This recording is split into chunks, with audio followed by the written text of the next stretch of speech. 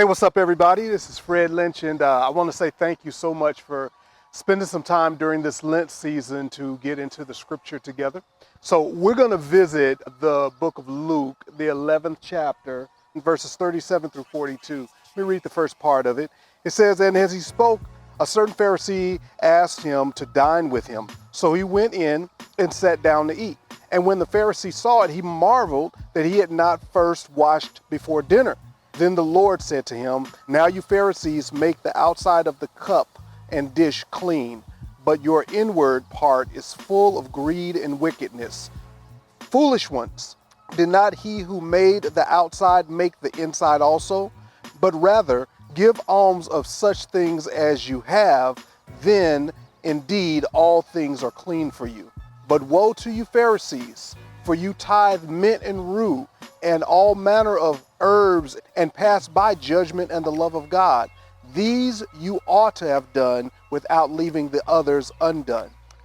This is an interesting passage. It's lunchtime where I'm hailing from, so I want to go in and eat. I've been saving this for a whole day. It's Friday. It's my day to eat some lunch. But now, before I eat, show you something I have right here. This is a vessel that I keep in my backyard to catch rainwater so I can water my plants. And so I need to wash my hands, if you don't mind. And I'm just going to reach down in there and this.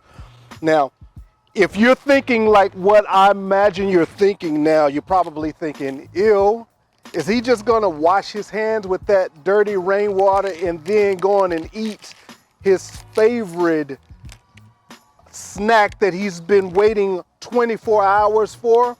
And I don't blame you for thinking that.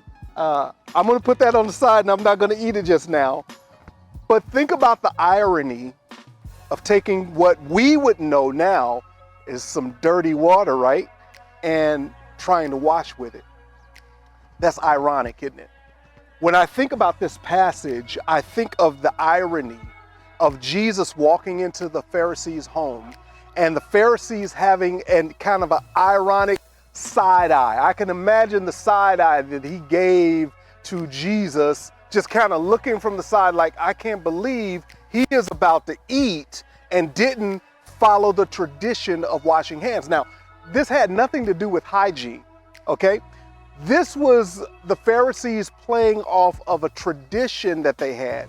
And it's an interesting tradition. Let me show you a little bit what they would do. The Pharisees, they had a tradition that they needed to be cleansed, okay? And they took it from an old scripture in Leviticus where the priesthood, before they touched food or before they did anything, the priesthood were supposed to wash. So the Pharisees, saying that they wanted to show that they were just as holy, just as devout, they developed a tradition of washing. But here's how they did it. They took a little bit of water, no more than the amount that would be in an eggshell, right?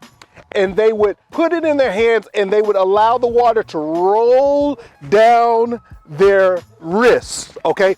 So the water would have to roll down their hands and then it would have to roll back down and drip down.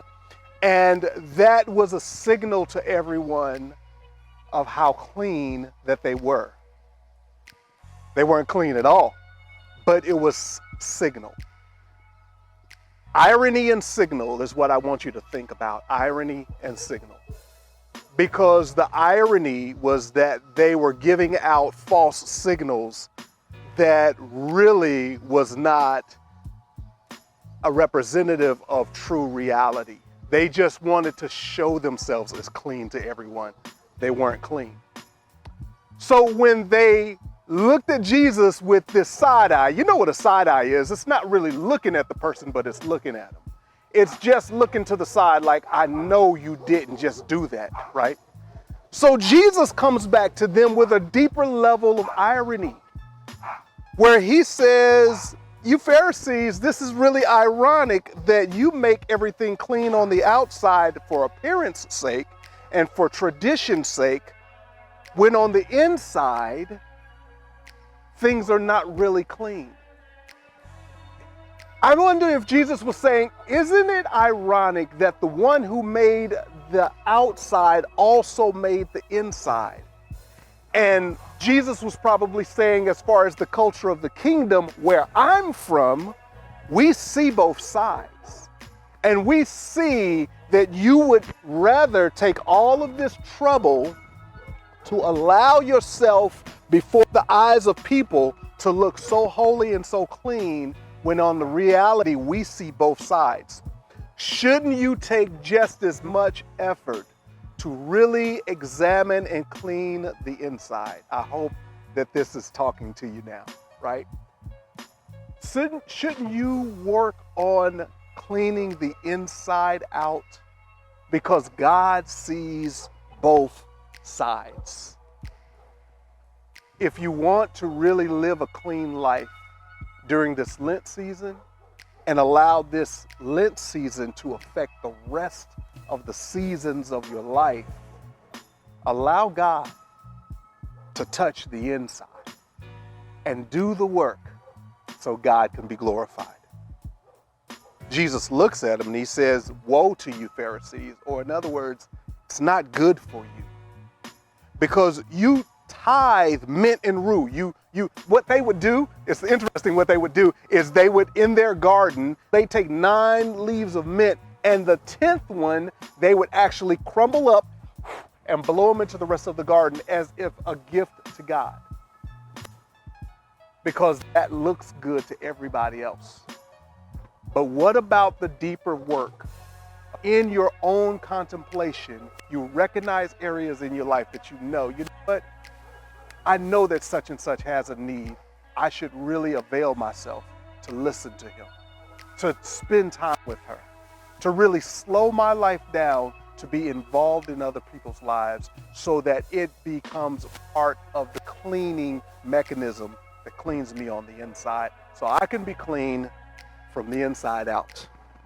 And then maybe I'll be able to enjoy the rest of my life. Hope you guys have a wonderful, wonderful remainder of your Lent season.